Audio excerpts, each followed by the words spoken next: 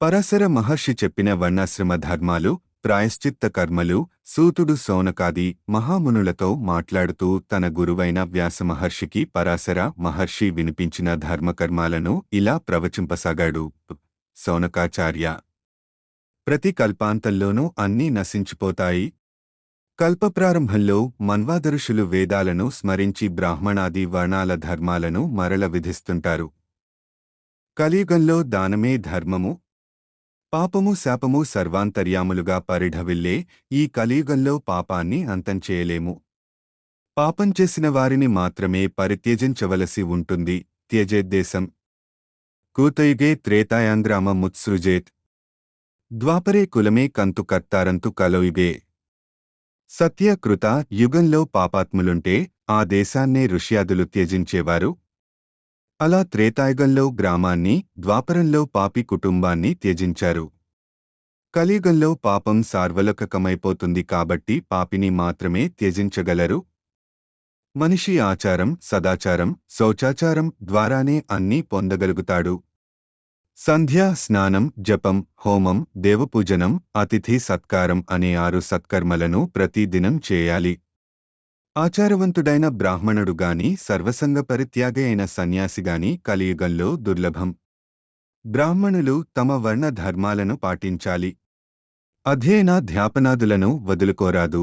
క్షత్రియులు దుష్టులైన శత్రువులను గెలిచి ప్రజలను కన్నబిడ్డల వలె చూసుకోవాలి. వైశ్యులు వ్యవసాయ, వ్యాపార, పశుపాలనాదికములను చేయిస్తూ న్యాయసమ్మతంగానే ధనార్జన చేయాలి. శూద్రులు ఈ పై 3 వర్ణాల వారికి నిష్కపటంగా సహకరిస్తూ దేశసౌభాగ్యానికి ఓతమివ్వాలి. తినకూడనివి తినడం, దొంగతనం పోకూడని చోటికి పోవడం మనిషి పతనానికి కారణాలవుతాయి. వ్యవసాయం చేసేవాడు అలసిపోయిన ఎద్దుని మరల కాడికి కట్టరాదు. దానిచేత బరువులను మోయించరాదు. ద్విజులు స్నానం, యోగం, పంచయజ్ఞం వీటిని మానరాదు. బ్రాహ్మణులకి నిత్యం భోజనాలు పెట్టాలి. క్రూరకర్ముల విషయంలో మొగమాటానికి స్వార్థానికి తావివ్వకుండా ప్రవర్తించాలి. నువ్వులను, నేతిని అమ్ముకోరాదు. పంచసునాజనిత దోషం పోవడానికి బలి వైశ్వ దేవహోమాన్ని నిత్యం చేయాలి. రైతు తన సంపాదన లేదా పంటలోని 60 భాగాన్ని రాజుకి, 20వ భాగాన్ని దేవునికి, 33వ భాగాన్ని బ్రాహ్మణులకి ఇవ్వాలి. దీనివల్ల కృషి హింసా పాపం ప్రక్షాళితమవుతుంది. ఈ విధంగా ఇవ్వకపోతే, పన్ను ఎగ్గొడితే పాపం వస్తుంది. అది దొంగతనంతో సమానమైన పాపం. పరాశరుడు ఏ వర్ణానికెన్నాళ్లు మృత్యు అశౌచముంటుందో యాజ్ఞవల్క్యుని లాగే చెప్పాడు. బంధువులలో ఈ మైల 4వ తరం దాకా 10 రోజులు, 5వ తరంలో 6 రోజులు, 6వ తరంలో 4 రోజులు, 7వ తరంలో 3 రోజులు ఉంటుంది. పరదేశంలో నున్న బాలకుడు పోతే మృత్యు అశౌచం పెద్దగా ఉండదు. వార్త వినగానే స్నానం చేస్తే వెంటనే శుద్ధి అయిపోతుంది. గర్భస్రావ, గర్భపాతాలలో బిడ్డ మరణించినప్పుడు తల్లి ఎన్నవ నెల గర్భవతి అయి ఉండినదో అన్ని రోజుల అశుచి ఆ బిడ్డ బంధుగణానికి ఉంటుంది. 4వ నెల వరకు జరిగే గర్భనష్టాన్ని గర్భస్రావమని, 6 మాసాలు నిండేలోగా గర్భనష్టం జరిగితే గర్భపాతమని అంటారు. శిల్పకారుడు, మేదరవాడు, రాజు, రాజగురువు, శ్రోత్రియ బ్రాహ్మణుడు, దాసదాసీ జనము భృత్యులు వీరిలో ఎవరు పోయినా వారి సంతానానికి తప్ప మైల ఉండదు. పురిటి మైల అనగా పిల్లలు పుట్టినప్పుడు కలిగే అశుచి కన్నతల్లికే 10 రోజుల పాటు ఉంటుంది. తండ్రి స్నానం చేయగానే శుచి అవుతాడు. వివాహం లేదా యజ్ఞం తలపెట్టి అన్ని ఏర్పాట్లు చేసుకున్నాక మృత్యు లేదా పురిటి వార్త తెలిసినా ఆ ఉత్సవం చేయువారికి, అందులో పాల్గొనువారికి అశుచి ఉండదు. అనాథ శవాన్ని మోసేవారికి ప్రాణాయామ మాత్రమున శుద్ధి కలుగుతుంది. తెలిసి శూద్రశవాన్ని మోసిన వారికి మాత్రం 3 రాత్రుల వరకు అశుచి. మంచివాడు, సచ్చరిత్రుడునైన పతిని మదమెక్కి వదిలేసిన స్త్రీ 7 జన్మల దాకా ఆడదానిగానే పుడుతుంది. అన్ని జన్మలలోనూ విధవగానే పోతుంది. అన్నపానాదుల విషయంలో భ్రష్టురాలైన స్త్రీ మరుజన్మలో పందిగా పుడుతుంది. ఔరసుడు, క్షేత్రజ్ఞుడు ఒకే తండ్రికి పుడితే ఆ తండ్రి పోయినప్పుడు 2 రకాల వాళ్లు పిండదానం చేయవచ్చును.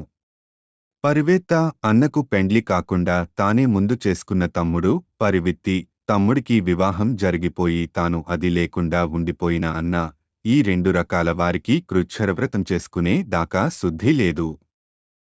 తమ్ముని పత్ని కూడా కృచ్ఛ్రవ్రతం చేయాలి. కన్యాదాత అతికృచ్ఛ్రం చేసుకోవాలి. ఇటువంటి వివాహాన్ని చేయించిన పురోహితుడు చాంద్రాయణ వ్రతం చేయాలి. అప్పుడుగాని వీరికి శుద్ధి లేదు. అన్నగూనివాడో, మరుగుజ్ఞో, నపుంసకుడో, నత్తివాడో, జన్మాంధుడో, ఇతర అంగవిహీనుడో అయితే మాత్రం తమ్ముడు ముందుగా వివాహం చేసుకోవచ్చును. దోషం లేదు. నిశ్చితార్థంలో ఎవరికో వాగ్దత్తయైన కన్య ఆ వరుడు పరదేశమేగిపోయి ఇక రాడని తెలిసి మూతి చెందిన సన్యాసం పుచ్చుకున్న నపుంసకుడని తెలిసినా పతితుడైపోయినా ఆమె వేరొకరిని వరించి వివాహం చేసుకొనవచ్చును. పతితోబాటు సతీధర్మముననుసరించి అగ్ని ప్రవేశం చేయు స్త్రీ తన శరీరంపై ఎన్ని రోమాలున్నాయో అన్నేళ్లపాటు స్వర్గంలో నివాసముండగలదు. సతీసహగమనాన్ని ప్రస్తుత రాజ్యాంగం నిషేధించింది. కుక్కకాటుకి గురైనవాడు ఔషధ సేవనం గావించి గాయత్రి మంత్రాన్ని జపిస్తే అశౌచం పోతుంది. స్వయంగా దాన్ని జపించే అర్హత లేనివారు బ్రాహ్మణునెవరినైనా ఆశ్రయించి ఆయన చేత ఈ జపాన్ని చేయించాలి. చండాలాదుల ద్వారా చంపబడిన బ్రాహ్మణుడు స్వయంగా అగ్నిహోత్రి అయితే ఆయనను లౌకికాగ్నితో దహనం చేయవచ్చును. ఆయన అస్థికలను సేకరించి మరల మంత్రపూర్వకంగా ఆయన యొక్క అగ్నిహోత్రశాల నుండి అగ్నిని తెచ్చి అంతకు ముందే పాలతో శుద్ధి చేసిన ఆయన అస్థికలను అందులో దహనం చేయాలి. వ్యక్తి పరదేశంలో మరణిస్తే ఇక్కడి పరిజనులు తమ గుహాలలోని కుశలతో ఆ వ్యక్తి శరీరాన్ని తయారుచేసి అగ్నికి ఆహుతి చేయాలి. ఆ పరదేశ మూతుడు అగ్నిహోత్రి అయితే మూగచర్మంపై 600 పలాస ఆకులను అతని ఆకారంలో పదచి శిశ్నభాగంలో సమీ, వృషణభాగంలో అరణి పెట్టి కుడిచేతి జాగాలో అన్నం కుండని, ఎడమచేతి జాగాలో యజ్ఞపాత్రని ఉంచాలి. వక్షోభాగంలో సోమరసం తయారీలో వాడే రాతినుంచాలి.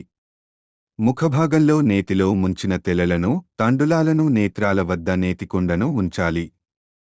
కనులు, చెవులు, ముక్కు, నోరు ప్రాంతాలలో చిన్న చిన్న బంగారు ముక్కలనుంచే పద్ధతి కూడా ఉంది.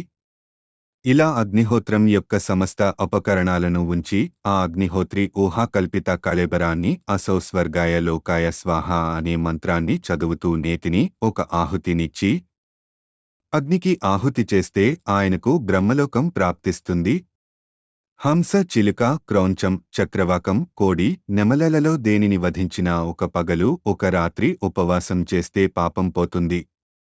4 కాళ్ల పశువును, గోవును కాదు, దేనిని వధించినా ఒక రోజంతా నిలబడి ఉపవసించి గాయత్రిని జపిస్తే పాపశాంతి కలుగుతుంది. శూద్రుని వధిస్తే కృచ్ఛ్రవ్రతం చేయాలి. వైశ్యుని హత్య చేస్తే అతికృచ్ఛ్రవ్రతము చేయాలి. క్షత్రియుని చంపితే 22, బ్రాహ్మణుని మూతి నొందిస్తే 30 చాంద్రాయణ వ్రతాలు చేయాలి. అధ్యాయం 107.